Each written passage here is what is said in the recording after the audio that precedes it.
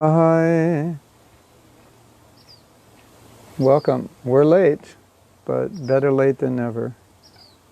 I want to chant my favorite mantra, but I haven't memorized it perfectly. So, give me a moment and we'll look it up. I was just doing a class. We're doing a forgiveness course online, and I was doing a class, and it went overtime. They were just asking questions. So, I'm going to wait for all of you and chant my mantra. Not my mantra. So, this is the mantra we were chanting yesterday. Sahana bhavatu, sahana bhunaktu, saha viryam karavavahai, tejasvina vaditamastu ma vidvishabhaye. Om Shanti Shanti Shanti. Ma Om Vishnu Padaya Krishna Prasthaya Bhutale Srimate Bhakti Vedanta Swamini Ti Namane Namaste Saraswati Deve Gauravani Pachani Nirvisesa Sunivari Paschatya Dastai. You know, it's so interesting that Prabhupada once said, men are good, women are good, and together not so good. Or as I like to say, men are good, women are good, and put them together, it gets interesting. Sometimes complicated. So it's obviously something that in this world we have to learn how to deal with. The opposite sexes create attraction and repulsion, and we're seeing that even on the spiritual level of women taking leadership positions in ISKCON, and how it's not so easy. It's not so straightforward, and I think it's just a reality that as we spoke yesterday, we're transposing a traditional culture not in a traditional environment, and it's almost like you're using spare parts on a car that weren't really meant for that car, and you're adapting as best you can to make them work. And as I said yesterday, the GBC is there, they're right now, nobody, we don't know how long we're going to live, but no one's expecting we're going to live that long. And so there's the idea that, okay, as senior devotees, specifically GBC, we're handing over ISKCON to the next generation, and we want to make sure we hand over something that is in alignment with Shastra, with Srila Prabhupada and Sadhu. And so I don't want to say conservative, I would say probably better, the word is cautious, although conservative may be also to some degree, but cautious about anything they do that's never been done before. And of course, the whole guru issue was a problem from the day Prabhupada left. There was confusion about how to do that. And so the fact that there's some confusion about female Diksha gurus I think is natural, and it's to be expected. And for some men, having women in position of authorities is uncomfortable, or they feel it's socially incorrect, or in some cases, socially unacceptable. Some men just think it's okay. Some men think it's not ideal, but the society is different, so we'll adapt. Some men think it's good. And so you have different points of view, and we're trying to deal with all of this and understand not only how we look at it, but what's our history, what's our tradition, what does Shastra say about it, and so forth. And then you have emotion, because emotions run high in religion. And so then you have very strong opinions on either side. And that's what we're dealing with. So I don't know if I mentioned this yesterday, but the GBC has made some requirements for female gurus which are different. than requirements for male gurus, a little different. And one of the requirements is she should be 55 years or older.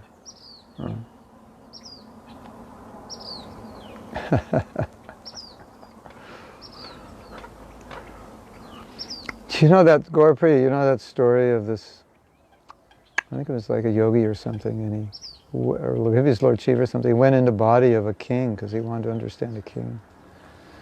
So I had made this point before. You have a GBC, which is mostly male, older, and primarily sannyasi. So I think it's a little bit of a handicap in understanding female nature, don't you? I think, I don't know, that's just me. I think in any organization you need representation from all ages and sexes and ethnic groups to get a more balanced view of how to make decisions, which is more representative of how we all think. Because I don't know exactly how a young woman thinks. You don't, as a woman, you may not know exactly how a young man thinks or how an older man thinks. And so to have those representative on a body that's ruling an organization is very healthy, because they can bring their views to the table. And they can say, well, you're thinking about making this decision, but if you do, I could tell you how my generation will react. I think that's very healthy. In fact, I was thinking recently of suggesting to the GBC that any decision they make, they should have a mixed group of ages and ethnicity and gender, and send out the decision and just say, how would this decision affect your group? So if you're a young woman, how would that affect you and your friends, if you're older men, people of your generation, like that, and get some feedback. Because I think that's important, because I don't think maybe they're always aware of it. And this debate has been, this female Diksha Guru debate has partially been around the feedback of people in India saying this is going to be divisive for ISKCON, and we're going to lose credibility amongst certain religious groups in India. And the Western devotees saying we've already lost credibility because we're discriminating against women and it's not acceptable in the Western culture. And we're trying to balance both, and I think that's what the GBC has tried to do as best they could. And we don't know how it's going to work out, but they have said that every temple can decide whether or not they'll allow female Diksha Gurus. So obviously when some of you heard that, you thought, this is not good. Or you used other words aside from not good, which I could not repeat in a public broadcast. But I'm sure a lot of you weren't happy about that a temple president or a temple board could decide, no, we're not allowing a woman to initiate. But the reason that was done was because the India contingent of ISKCON was adamant that this would be detrimental to the preaching in India. So the GBC said, okay, we'll give you the right, and if you don't want to allow women initiating in India, then you don't have to. And we'll see how that plays out. And it was obviously a compromise, but we're seeing a dynamic here of extreme opinion, and the GBC is trying to balance it both with philosophy and practicality. And so as I said yesterday, and as I was told by one of the GBC members, is that we can't deny women the right to initiate. There's nothing in Shastra that denies it. But we also have to maintain stability in our organization, and we have to maintain a stable culture. So that's where the discussion was, is that, how do we balance Varnashram with the normal life that most devotees have? I think the problem we have now is Varnashram is a very, very small part of our movement. Most people are living normal, quote-unquote, normal lives, and Varnashram is not really on their mind. And normal lives involves more, I don't know if normal is the right word, but normal ways of thinking that are not the kind of thinking you'll find in traditional Indian villages, which some devotees believe is the the best way to live. And if it is the best way to live, it's going to have to happen organically, where people realize that. And if it is best that women become second-class citizens, they would have to volunteer for that role, not be forced into it. And they would have to realize, well, it's actually better to be in that position. And we should not take leadership roles. We should leave it up to the men. But being as we are in a normal society, that's not so much of a normal way of thinking for most people. And so that's what we're dealing with. And what they're dealing with in India is a little bit of a different history and a different culture and different tradition. Although it's interesting because India is changing so much, so the younger generation does not really represent what the Indian leadership is saying. The traditional cultures, yes, they represent it, but the younger generation doesn't.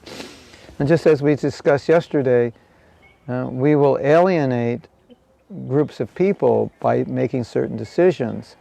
The problem is, which is the biggest group? Because the Indians are saying we're going to alienate their tradition, traditional religious organizations, Vaishnava organizations, will alienate them. They'll lose respect for us. I don't know how much that matters. They seem to think it's a serious thing.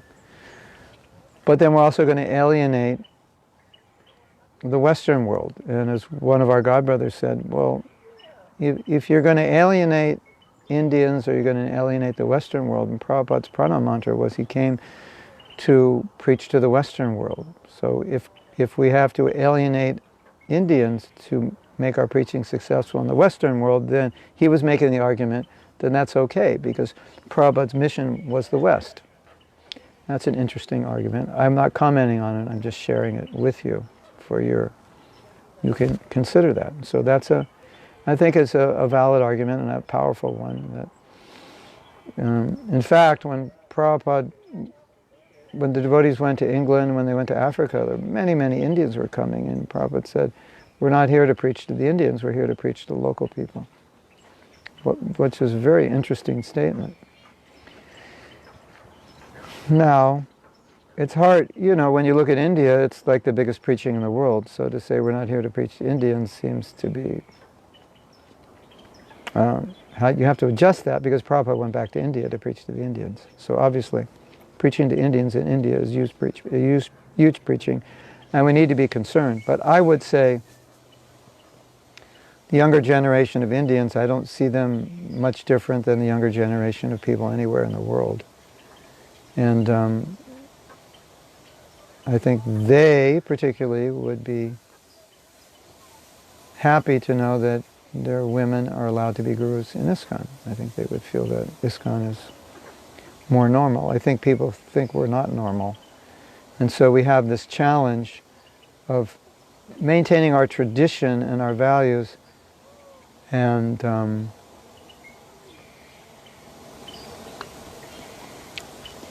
being normal at the same time. By normal I mean being in sync with the cultures we're preaching in. So I'm actually going to read your comments as they're coming in, because that way we know what you're commenting on. Is it not that Prabhupada was trying to create Daivi Varnashram, meaning that everyone, including women, using their skills in service for Krishna, not ordinary Vaishnava? Well, I mean, it's a big subject. But if you're talking about Varnashram, it's a traditional social system. So in Varnashram, traditionally, women were wives. They weren't generally out in front. But there's always exceptions. And if you went to this Konark temple just outside of Puri, and they had carvings on the temple of Kshatriya women fighting tigers with their swords. So it seems that Kshatriya women didn't have traditional roles. But at the same time, in general, women took secondary position to their husbands.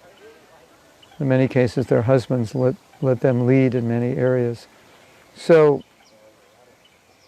we're practical, and therefore we want to do what works best. And that's usually how Prabhupada dealt with things.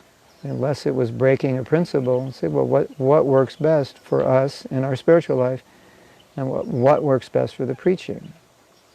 So he was willing to compromise details or alter details. So how Varnashram will play out, I think it'll play out differently in different countries, and I think it'll play out differently in Varnashram communities based on who are the leaders.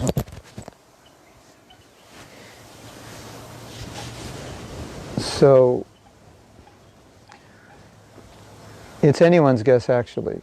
And if you establish Varnashram with leaders who are more, we'll use the word progressive, it's going to look different than when you establish Varnashram with leaders who are more traditional.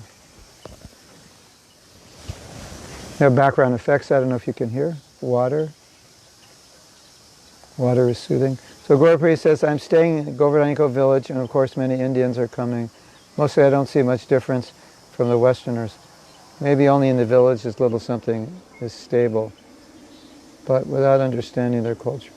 Yeah, I think India's been very westernized, so I think we're probably talking more about traditional and more liberal versus Indian and Eastern and Western now, because the world has become a little homogeneous, hasn't it? So, I'm going to talk about something to wake you all up, and that's about insecure men. We talked about this yesterday. When men are not wanting women to be in leading positions, does that mean they're insecure? Or does it just mean that they're traditional and they believe that all the problems in society today are caused by women who want to control things? All the problems in the world are caused by the intermingling of men and women. So there's some men who think that way, and obviously there's some truth, a little bit, to these things. But does it mean that they're insecure, or does it mean they're just trying to follow something traditional? And we're going to read what Vishaka has to say. Krishna Karshani says, my Guru Indradumna Swami is appreciating managing skills of women very much. 2 of his biggest preaching projects are managed by female devotees. Yeah. It's, as long as it all works out, what's the problem? I mean, if a woman manages and she drives everybody crazy, true for a man also, then, we have to change. But if she's managing and things are going well, what's the problem? It's the same with me. Some of the devotees who are helping me the most are women. So Prabhupada gave equal opportunity to everyone. Now, the traditionalists say, they have 2 arguments, which might upset your stomach, but I'm going to tell you anyway. One argument was that they forced Prabhupada into letting them do certain things. One of the things they forced him into doing was getting second initiation. And the other argument is given that Prabhupada was adjusting to Western culture, but it wasn't his intention to adjust permanently. It was just initially adjustment. And I think there's some truth to that, but not to the degree that this person sees it. He was saying that Prabhupada was going to adjust back to a totally traditional culture. And Prabhupada did say he was adjusting. He said, he said something to that effect, that we have to make these adjustments, and later we can change things as we progress spiritually. But we see that Prabhupada didn't change it that much. Sometimes there was, women this side, men this side. In the beginning, there was no this side or that side. So yeah, some minor adjustments were made, but nothing huge. So Prabhupada was, you could say, going with the flow of the culture and doing what worked. That was the bottom line. Well, what works? Do what works. And if you adapt a very traditional paradigm and it doesn't work in the West, what's the point? Now someone might say, yeah, well, don't compromise your principles. But that's the adaptation of details is not compromising principles. And it's like we say, if we make an adaptation and it helps someone become a devotee, and it doesn't compromise any of our basic principles, then you can't argue against that. You can only be in favor of that. And obviously, people, like, I think some devotees live in a bubble. They don't actually know how non-devotees think because we don't have so much association with them. And so I don't want to say go out and hang out with non-devotees, but sometimes it's actually good to know how they're feeling, how they're thinking, and so forth, to be able to resonate or adapt to them. Like my sister told me, she invites her friend when she lives in LA, or when she visits LA, she tells her friends, well, you should go to Govinda's, which is at the LA temple. And I go, and they have some, like, oh, those people are crazy or something, or no, I don't want to go there, it's weird, you know. So these are Jewish people, fairly wealthy, from Los Angeles, and if you're Jewish raised in Los Angeles, you're probably pretty wealthy and pretty smart and not very humble. Actually, humility, the Jewish, I can say this because I'm Jewish from Los Angeles, the Jewish people in LA are not known to be humble. And so they would say things like that. And so it's just interesting for me to hear that, because I would think, well, you know, we do Rath Yatra in LA and we do kirtans, and, you know, people are appreciating us. But there's so many people who just think we're nuts. And maybe you don't care, or maybe you do care, and maybe you want to do something, but it's good to be aware of how various people think. Yesterday I met a lady and she was espousing her spiritual philosophy, which was extremely impersonal, like the most impersonal thing I've ever heard, but backed with science, you know, the oneness of everything. And it was just interesting to hear people like that. And she reads all kinds of books, and so, you know, you have to know your customer to know how to deal with them. And sometimes when I listen to the traditional roles, I think it's not going to be applicable in most places in the West. It could be applicable in other places, of course. So we have to be careful. So, you know, it's really important to understand the mentality of people. And there's a guy named Simon Sinek, or however you pronounce his name, and he's been known to give an analysis of millennials, people born from around 2000 or 1998 up to the next 20 years or so, whatever. Because they think differently. So he gives a whole expose on how they think differently, why they think differently, how you have to deal with them in the corporate environment, because you can't deal with them like people of the previous generation. And it's very interesting. It's very interesting to hear him saying this whole generation that grew up like I remember my daughter when she played soccer. Everyone on the team got a trophy, and when I grew up, you didn't get a trophy unless you won. You know, like I bowled a 200. I was like 12. I bowled like a 200 game, and I got a trophy. Or you win a contest, you get a trophy. But in that millennial generation, everybody gets trophies. So he was saying how they were raised differently. Like, you don't have to win to get a trophy, and, you know, you feel entitled, and you don't have to work hard because your parents did everything. So he was just describing how to deal with them in the corporate environment and what motivates them and how they're going to think and so forth.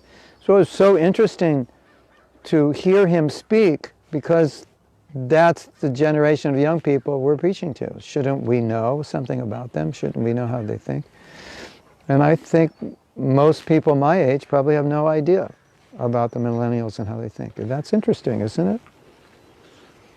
So I don't think liberal or conservative is right or wrong. I just think you adapt to the situation you're in. And we have to acknowledge that in certain parts of the world, to not have women in the forefront of our movement is really detrimental. It turns people away. And like Jai Nitai said yesterday, it turns, you know, not just women away, it turns men away, which I thought was such an important point, and I overlooked saying that. And that means I wasn't thinking that way.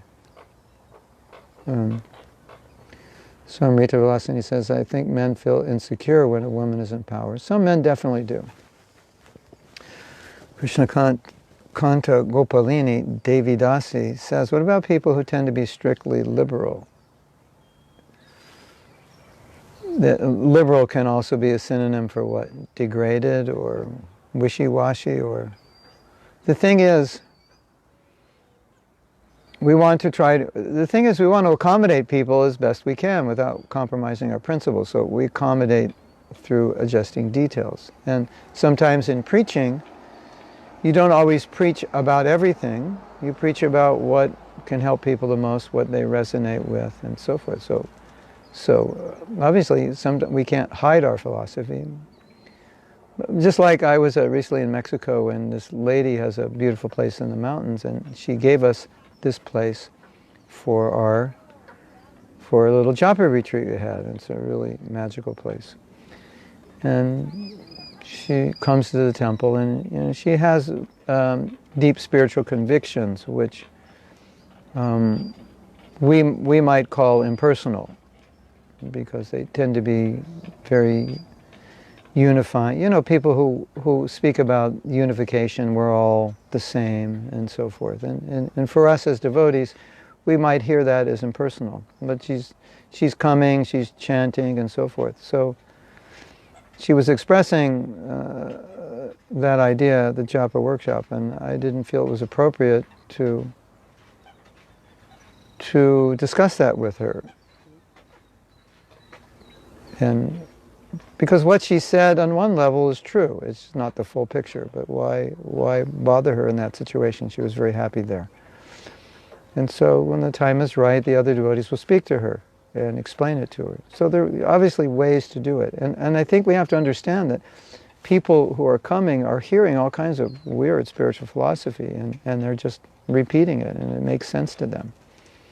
It doesn't make sense to us exactly. I mean, although we understand, they're talking about the universality of consciousness, the soul, or like bodies matter, matter is everywhere. We're one with the world because everything is matter, and we go back into the earth and things like that, which are not false and they're not against our philosophy, but the conclusions are false because it comes to there's no personality, there's no individuality. But still, we understand people are not necessarily totally convinced of that. It's just what they've heard, and they don't know anything better. And, you know, liberal people are often the people most open to Krishna consciousness. But they tend to also be not pious.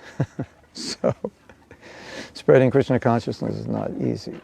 Okay, Karuna Maya says, if Sankirtan was maximized, we would know better how to inspire those not yet in contact with Krishna. Yeah, I remember when I went on book distribution, I learned everything that was going on in the world on book distribution because people would tell me about it when I was preaching to them. Oh, did you hear about this? What do you think about this? And I go, I don't know about it, tell me. And then they tell me about it.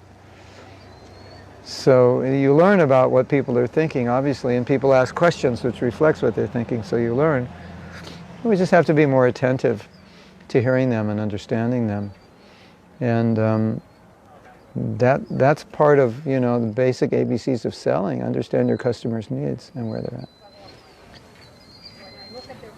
Gaurapriya says, that is huge by adopting some details small but not crossing the principle. Now I understand some of the attitude of the senior devotees. From the beginning is really like a small push towards what? Yeah. Well, once Prabhupada was asked, how do you know the difference between details and principles? And he said that requires intelligence. So everyone agrees that we can change details, not principles, but not everyone agrees on what's a principle and what's a detail. Principles, you need a guru. Okay, how that's going to work? You know, what's the procedure? That's a detail within a particular locality or a particular organization. So like that, yeah. But, you know, how, you know, we put on street clothes to distribute books, that's a detail. Principle is preach. How you do it is a detail. How you do your kirtan is a detail. Western, Eastern, dancing, not dancing. Those are details. Principle is get people to chant. Yes. Simply by reaching out and being in contact with them, we would learn how to present Krishna consciousness to them. Yes, I would hope that would be true, and in general it is. But I think some of us have a nature where we don't understand people, or we don't care to understand them. And this is not a criticism, just observation for the sake of discussion. But I've heard some devotees give classes, and I'm pretty sure the class they give is the class they give to everybody, no matter where they are, no matter who the group is. And I'm pretty sure it's the same class they gave 45 years ago, because it sounds like a class I've heard many, many times when I was a young devotee. Wow, we have a crowd here. Can you hear them? Right in front of where there's a lake right in front here, and people are walking. So, I'm sure you've seen that Karunamai also, that some people don't actually understand other people. They give a class, and they're like, it's a generic class, everybody gets it. Could be, 15-year-old kids get it, 55-year-old people get it, 85-year-olds get it, 25-year-olds, it's like the same class. Where some adjustment has to be made according to time, place, and circumstance, obviously. Some people are better at understanding people and adjusting than others. That's my experience. And maybe those who aren't so great at adjusting prefer the traditional. Actually it's true. That's what I've seen. The ones who are not great adjusters tend to really push the traditional. And they feel it, it's the best thing. It's the safest thing, and it always works. But you can't prove it always works by results. That's the problem. And oftentimes they don't see the lack of results, and they just think, well, nobody's interested, so what can we do? And we can do a lot, for sure. Prabhupada actually blamed Tamal Krishna Maharaj when he failed to adapt to be able to preach in India. And Tamal Krishna Maharaj tried to say, well, it's the people, Prabhupada. And Prabhupada said, no, it's you. You couldn't reach them.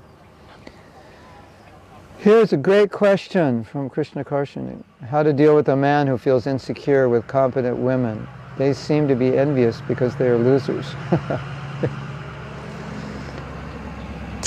Praise them. Show them how much you appreciate them. And then you won't be a threat to them. Ladies, you just have to accept the fact that it's really hard for some men to be in a secondary position, to women to be outdone by women. Some men they can't deal with it, and they're not going to like you. If you're smarter than them, they're not going to like you. So you don't want to come across as better or smarter or domineering, and you always want to show appreciation for them and honor them, and they'll be okay with you. That's the best advice I can give. Because that's what insecurity means. Insecurity means you feel threatened by the capabilities, intelligence, the results this person is getting and what they're doing. Then that's male ego nature. That's some men, not all men, but some men are like that. Vishaka says, here, I'll read what she says. An immature man may feel threatened by a woman who has a voice, intelligence, ideas, or any other form of power. Such a man, in the name of protection, may actually commit violence if he discourages, denigrates, or prevents that woman's chosen devotional service. Protection is not about denying someone's service based on the body in which he or she has appeared. That would be repression or oppression and would cause only distress. Rather, protection means providing a safe place from which one's protege can perform her service. So this is a very important point. I learned something in 1982 that has helped me tremendously. And we had a lot of problems in 1982 because one of our gurus was leaving ISKCON, and he wasn't telling his disciples to stay in ISKCON, and lots went with him. And the guru issue was becoming more and more unclear to us, and it kind of peaked in like 86, 87. And there was a lot of pressure for people to take Diksha from a particular guru, and one great devotee said, you never ever want to get in the way of another devotee's decision to take shelter of a guru, or get in the way of their service. You never want to do anything to prevent someone from doing a service. I mean, unless they're unqualified, obviously. But to ever get in the way or prevent them in any way from going forward, whether it's choosing a guru, whether it's a particular service, he said it's a great offense to that devotee to do that. And you know, sometimes I may not think a particular guru is the right guru for such and such a person, but if such and such a person has faith in that guru, the worst thing I could do would be to break that faith. My duty is to instill faith. Now that's what this great devotee said. He said, you always want to instill faith. You always want to help people increase their faith. Even if you don't have so much faith in that particular guru, but they do, you want to instill faith. As long as that guru is bona fide, of course. And you want to be able to support them as far as possible in their service. You definitely don't want to get in the way. And so oftentimes we find that women sometimes are denied service. And ever since I heard that statement, I thought, this is bad, this is wrong. We can't deny, we can't get in the way between Krishna and a devotee's service. So I think that's an important point. And she's making an important point. She's defining protection as facilitation. So you facilitate this person's service, that's protection. So that's important. So now we're going back to the question of how to make the men not feel minimized. And Krishna Karshani says, we cannot lose our identity just to please a man's ego. Krishna consciousness is about giving up ego. Why should we feed the ego of man who feel insecure? Because Prabhupada said you should in the Bhagavatam. He said you should understand a man's mentality, because you should feed it if it helps them. There was a devotee in Los Angeles in the 80s. He was a very valuable devotee. He was quite intelligent. He had a valuable service. But unless you fed his ego, he was totally depressed. And so he always needed to be appreciated.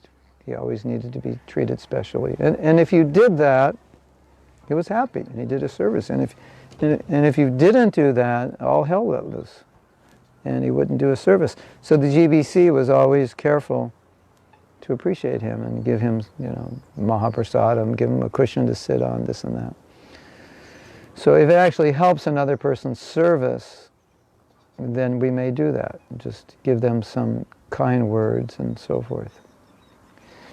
Because the reason I said that is you don't want this man causing problem for you, and you don't want this man hating you. So you don't want this man feeling bad towards you. If I do anything that makes a devotee feel negative towards me, that's not good for that devotee, because it's an offense to feel negative towards a devotee. So if I act in a way that makes you feel negative towards me, and it's my fault that you feel negative towards me, or I could do something so you wouldn't feel negative, then I should do that, because then you will stop offending me, and that will be better for you and better for our relationship. So if I have to appreciate you and tell you how good you are and how much I appreciate your service, why not do it if that develops a better relationship? Otherwise, then it'll be a battle between your ego and his ego. I'm not going to praise him, he doesn't deserve it. Then now you have two egos battling, so two wrongs don't make a right. That's my feeling. So, often capable, this is Vishaka continues, often capable women who want to offer service in the Hare Krishna movement are not encouraged to do so. The movement is a poorer place for having lost out on a wealth of abilities. So maybe they're not encouraged because the men want to dominate those services, or they feel it's not appropriate for women. And in some cases it may be inappropriate. Maybe it's a young woman mingling with young men and it doesn't work. But there's always a way to make adjustments to facilitate women, and her last point is well taken. The movement's a poorer place if we can't engage our women. And okay, I have to tell you something. This is sad news today. All of you, please listen to the sad news. I might have told you this sad news last week, or even yesterday, and I don't remember. There's a devotee that I'm close with that works for Franklin Covey, and he teaches their courses. And I said, and he tells me what he's often told me in fairly, not great detail, but enough so I understand. And I feel that what he's teaching is extremely valuable for us as devotees. And he has a center in India, and there are actually 2 centers in that city. Somehow those 2 are not, they don't get along well. Not that it's his fault, it's just the dynamics. And you know, and he's teaching about trust and honesty and so forth. And so it's kind of ironic, isn't it? And I asked him that question. I said, how do you deal with the fact that in your own city, this other temple just doesn't want to get along with you? And you're going to like the biggest companies in India teaching them about how to get along. And then he said, I think ISKCON needs the work that I'm doing more than these companies do it. These companies, in other words, that's another way of saying these companies aren't as bad as ISKCON. And that's interesting. And we can guess why he said that, but I'll throw in my 2 cents now. That I was just told that by some devotees who attended the management courses, leadership courses in ISKCON. And there's one devotee who was really, really qualified. He also, I think, worked for Covey at one point, and he has a professional, he teaches in corporations. And he was like frustrated with the devotees that they weren't doing the work the way the non-devotees would, or in some way weren't responding the way the non-devotees weren't. I was told another story. This is just information. It's not, I'm not criticizing anyone. I'm just throwing it out there for your reflection, not for you to condemn everybody, but to reflect on yourself and how, and perhaps you have this nature. Then another time, the devotee's father at a management course, and this was for GBC men, or many leaders, and he said that he found some of the devotees to be arrogant, more so than normal people that he's dealing with. Interesting, isn't it? And so I think there is the feeling that we're better than others because we're devotees. And sometimes in that thinking that we're better than others, maybe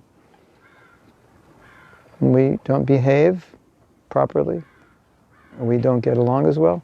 These are things to consider, that how in your life has being a devotee, has it had any negative effect on your ability to get along with others? Has it had any effect on inflating your ego rather than deflating it? And I think, like I can only speak personally, but for me, in just being around people and reflecting on my life, I see there are definitely challenges in my life in thinking that I'm better because I know more. And I've often said, we're not better, we're just more fortunate, or we're not better, we've been introduced to better knowledge, but that alone doesn't make us better. And in fact, if we were better, we wouldn't think we were better. So I think this is a challenge we all have, maybe feeling that we're special because we have special knowledge, or anyway, that's for you to decide. But we do sometimes see things within our movement which you would not think would be typically indicative of a spiritually evolved society. And And what this devotee said, that I think the ISKCON needs the courses that I give more than the corporations. That's, think about that. And he wasn't, I just asked him the question. He wasn't criticizing. I just said, I want to know from your experience. What is your experience? And so that's he was basically saying that in certain ways the culture of the corporate culture is healthier than the culture in ISKCON. That's something to reflect on. How do we end up like that? Why do we end up like that? What can we do about it? Now we're discussing the culture of females in ISKCON, and we see there are problems. Otherwise, why would you have to write this article? Okay, I'm going to depress you more.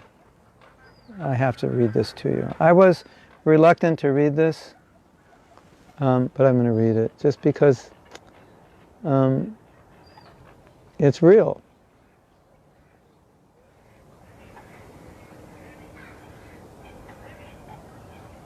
This is real.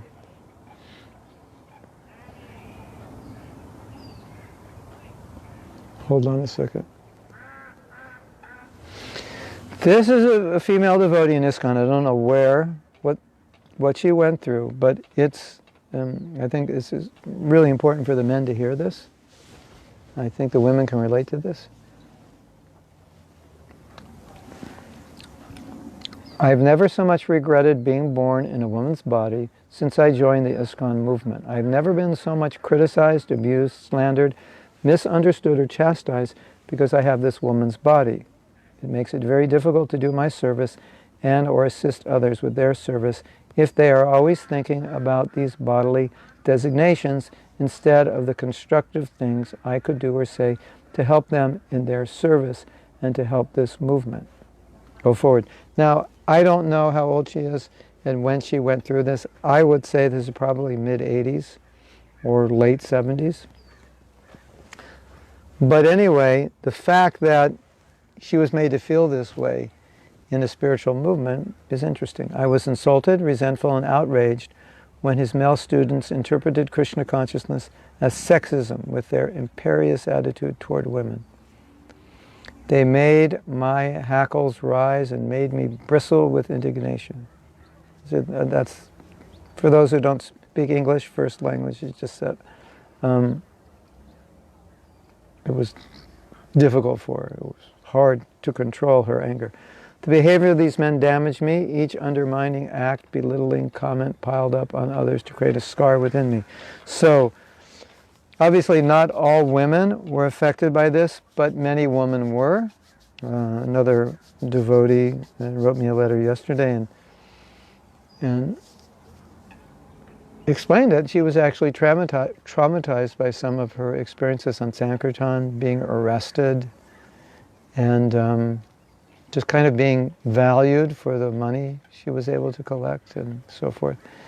And so, you know, we're dealing with human beings. We can't, you know, we're all about being affectionate, or we're supposed to be. So this is, you know, this is kind of unacceptable. But I grew up in a movement that was very anti-women. It really put women in a second-class position. And so we often didn't listen to them and their feelings and their attitudes because we thought, well, you're just women, so it doesn't, you know, don't tell me what to do, you're not that smart. So that was impregnated in us. And so what it shows is that Prabhupada said something which was misinterpreted, and it was used by men who were just disturbed by women, who wanted to put women in another position. And it's like, it was an unfortunate history. And it's not over yet, but a lot of it is over. The worst, I mean, I can't say it's over everywhere. Krishna Kant is asking why something that doesn't really directly affect people's lives can make them so upset. Because it's upsetting other people's lives, and if you see other people upset, it can upset you. If you're an empathetic person, it's really hard to see other people suffer. It bothers you a lot. Some people are not that empathetic. Some people do not know how to empathize. They cannot feel what another person feels. It's the way their brain is. Some people can't see anything but black and white. It's the way their brain is. So we're all different. But some people cannot tolerate other people's pain. And so if they see women suffer, it bothers them a lot. and it may cause them to have ill feelings towards the people who are causing that group to suffer, whether it's women or children or young devotees or whatever. And sometimes people tell me, you work too hard and you push yourself too much. And I know I do, and I know sometimes I need to rest, but I also know it's like it's just my nature, and I don't think it's because of my Krishna consciousness. I think it's just my nature. I can't stand to see people suffer. It bothers me, and I extend myself sometimes too much when I see people suffering. And I actually have to control myself because I just naturally want to extend myself.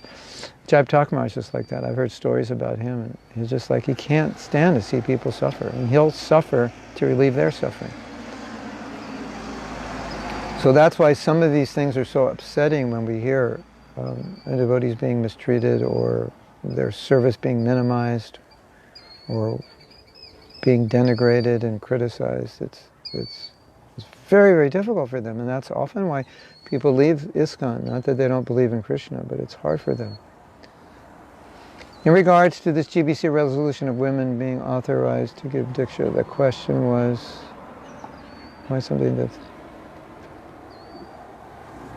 why is it upsetting certain men? Because they think it's philosophically wrong and it's going to ruin ISKCON, basically. Krishna Karshani is asking, I'm wondering if ISKCON is attracting men who are putting down women. ISKCON is creating such men. Could be both, but we shouldn't create such men. But in my generation, it created, at least, I didn't come to ISKCON with these feelings about women. I got them in ISKCON. When we joined, men and women in our temples, basically were no difference. There was no discrimination in terms of service or anything. That came later.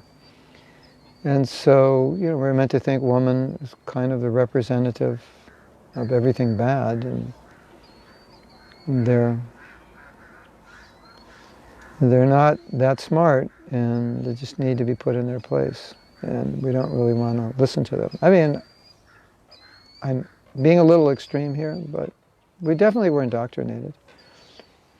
There's no question. For me, it came after ISKCON. And that is such a travesty, isn't it? That's something which is not Krishna. You would imbibe something that is diametrically opposed to Krishna consciousness. Isn't it? And you learn that in ISKCON? I mean, what can be worse than that? And so for me, probably that's the most upsetting thing for me. When I go to places and I see devotees with certain attitudes, and I discover that they learn those attitudes in the movement, they didn't actually have them. They'll say, Prabhu, I wasn't like that before I was a devotee, but after becoming a devotee, I feel this and that. That is of great concern for us, is it not?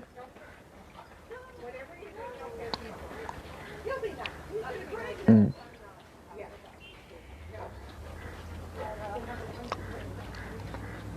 Mm.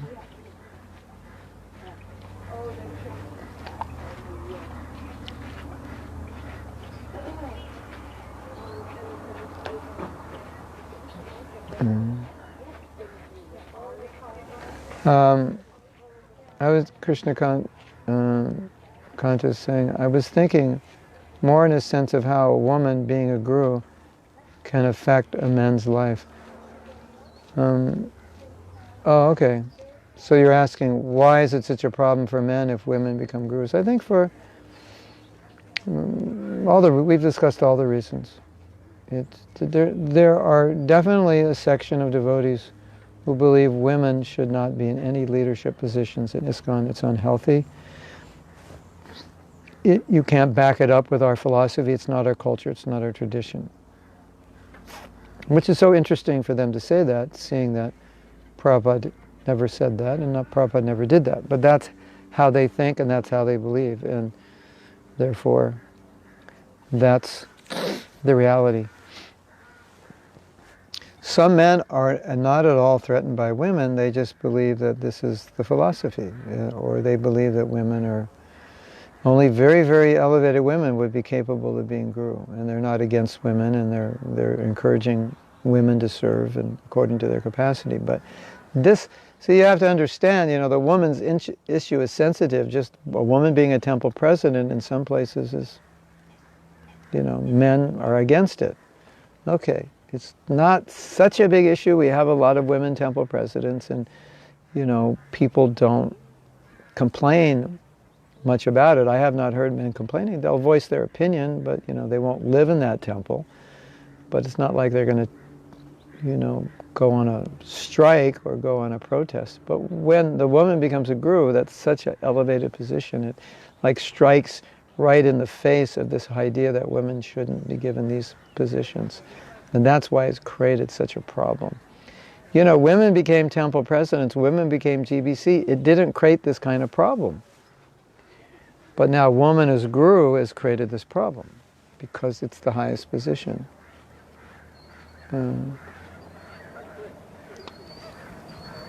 Does that make sense? So it's a very heated issue because it's not just a woman becoming a temple president or GBC, although I'm sure these men do not want women as GBC, but they can live with it because they know they see it. It's not their GBC, they're not dealing with her, and it's not really creating any problem, and her zones are going on well. So they can't really say anything. And I think also when a woman becomes a guru, like we said yesterday, we'll see the result. And so, if it's successful, what can they say? They can just say, well, it's not proper. And we'll all say, well, it's working. And this woman has disciples who would not be initiated by a man, so let's learn to live together and accept it. And this is probably not going to be the first major controversy that ISKCON goes through, and we're learning how to deal with it. And let me end class with this thought, and this is always, to me, the most important thought, is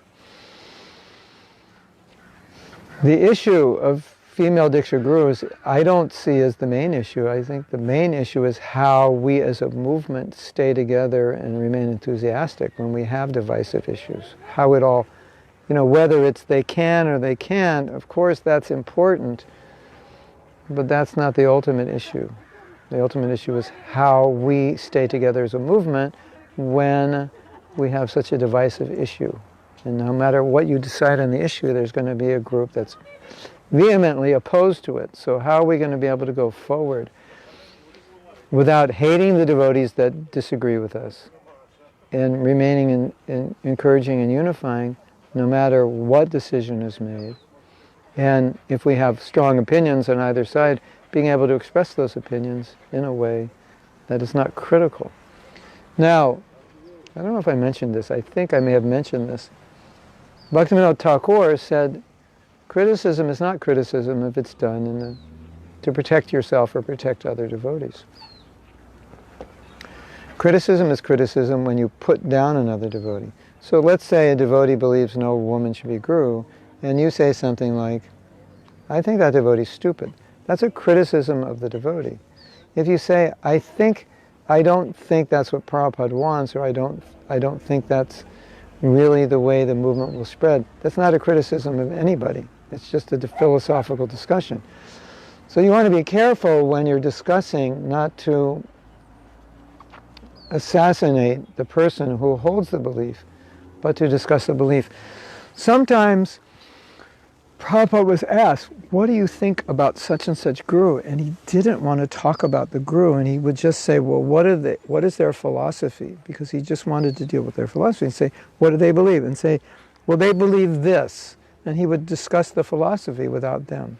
What do you think about so-and-so? Well, what does he believe? Well, he believes that all women should not be anything but mothers. And then you say, well, my understanding is that Prabhupada said this and did that. So you're not dealing with the person, you're dealing with the philosophy. So we have to be careful.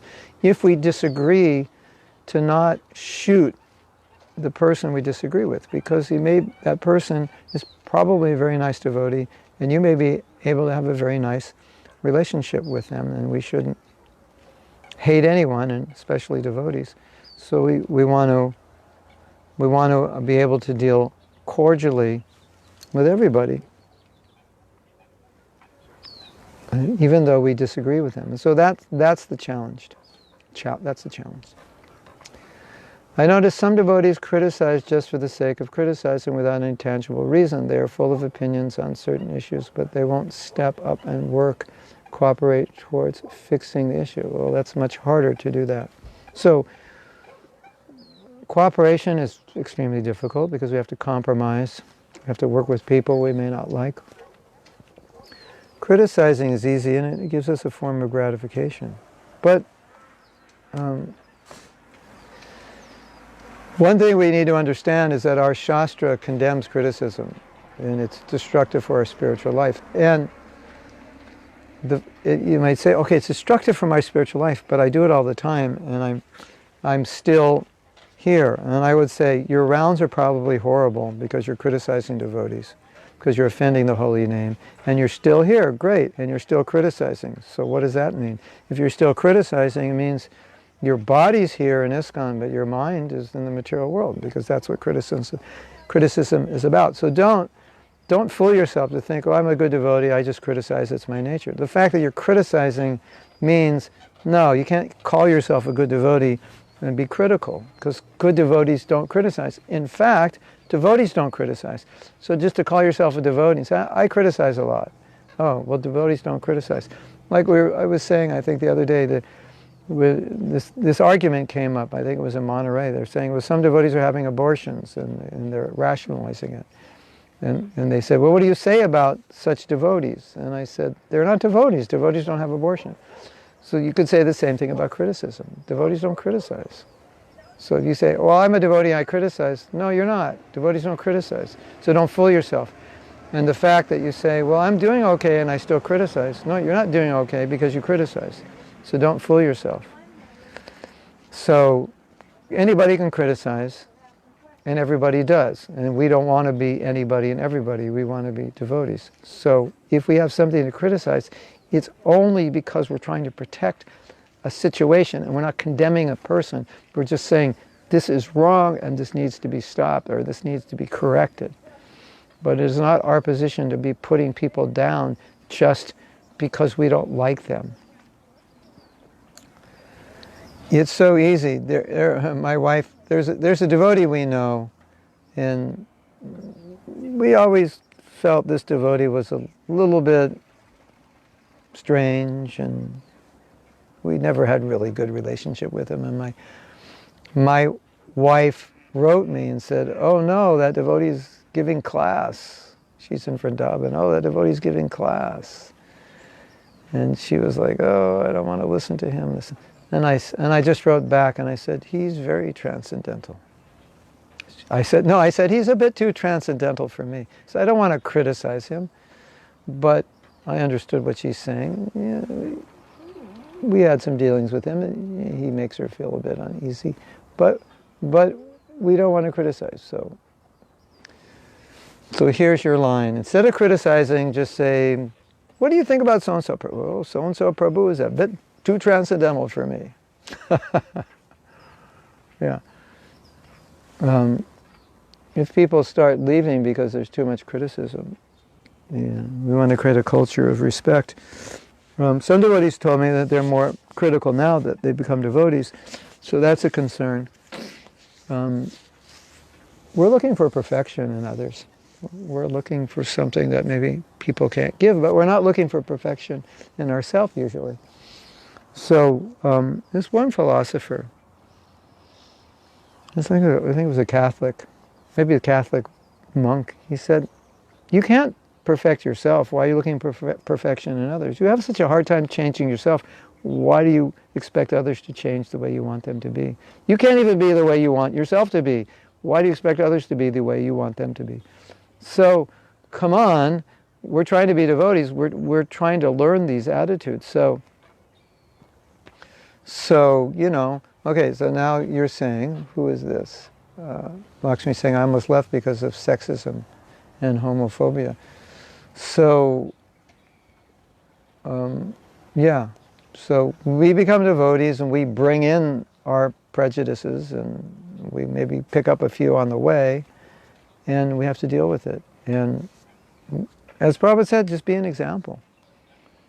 be an example of what you want others to be and do. And that's, that's the best we can. And protect. If you see a woman being demeaned or any devotee being demeaned or criticized, protect. Do something.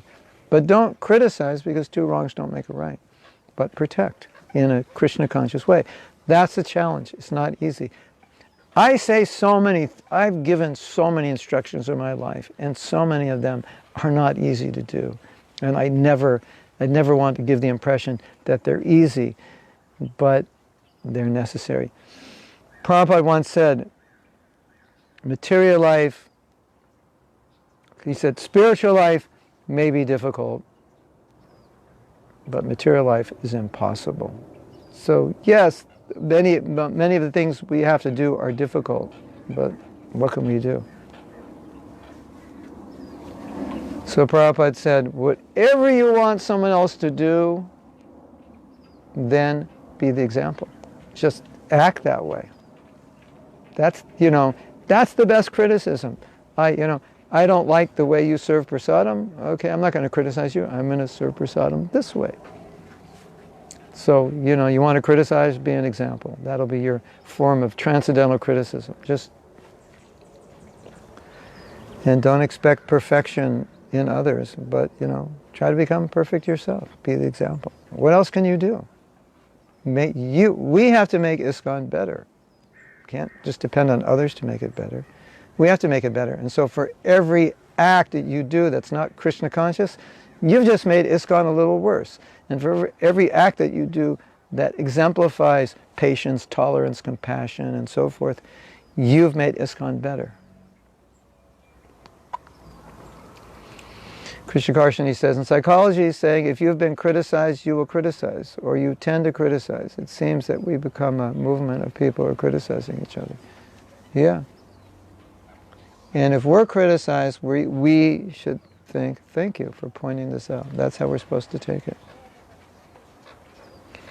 I mean, if you can just understand that often when people criticize you, they're just seeing their own fault in you, or they're expecting you to be something that they need to make them whole, or you understand that they're just very frustrated people and the world isn't the way they want it, and therefore they're putting everyone down, or they're very insecure, or they lack self-esteem, and they feel threatened by people who are happy and healthy and doing well. And if you understand these things, then when people criticize you, you'll actually feel compassionate for them. But if you don't, you'll just shoot back, because your false ego doesn't want to be minimized. So we have a challenge ahead of us. It's not easy to be Krishna conscious. It is not easy to be Krishna conscious. It is not easy. Don't ever think it's easy. Don't pretend that it's easy just because pakoras taste good. It's not easy to be Krishna conscious. And you're going to really have to try, and you're going to really have to catch yourself, and you're really going to have to control your mind. You're going to have to control your senses. You're going to have to control your emotions 365 days a year, 24 hours a day, and that is not easy. And to the degree we don't do that, to the degree we won't be Krishna conscious, and to that degree we'll suffer. It's just the truth. It's the way it is. It's not easy to be a pure devotee. It's never easy. It's always a challenge. But we have the holy name, and we have Krishna, and we have Guru, and we have Prabhupada. Therefore we can do it. But don't give in to your conditioned nature. Don't give in to criticism. Don't give in to that. That's what we bring to ISKCON, but we're meant to purify it. And if you bring something to ISKCON and it still lingers, then we have to ask the question, what kind of advancement are you making? What's actually going on? Are you actually chanting Hare Krishna, or are you just chanting 16 rounds of aparad? What are you actually doing? Are you reading Prabhupada's books? What are you actually doing? We have to ask that question. If I'm still extremely critical, and I still have a big ego, and I still am emotionally uncontrolled, and so on and so forth, what am I actually doing? We have to ask ourselves this question. Am I becoming Krishna conscious? When am I going to give this stuff up? When am I going to detach? When am I going to let it go? Am I still going to be attached to this one stupid thing that's ruining my spiritual life? Am I going to allow myself to be attached to this other thing? Am I going to still give in to this? When am I going to stop? Next year, next week, next life, 10 lives? It's like, these are the questions we have to ask ourselves. And on that happy note, I will bid you adieu, farewell, have a good week. And next week I'll be in Dallas. Well, I'm giving a Bhagavatam class. I will be in Dallas from Thursday. So every morning I'll give a Bhagavatam class in Dallas. And I don't know what time that will be, but I think about 7:30 in Dallas or 7:45. I will find out. And then we can broadcast every morning. Okay, so be good and love the people you hate, even if you hate to love them, and everything will be just fine. Hare Krishna. Srila Prabhupada ki jai.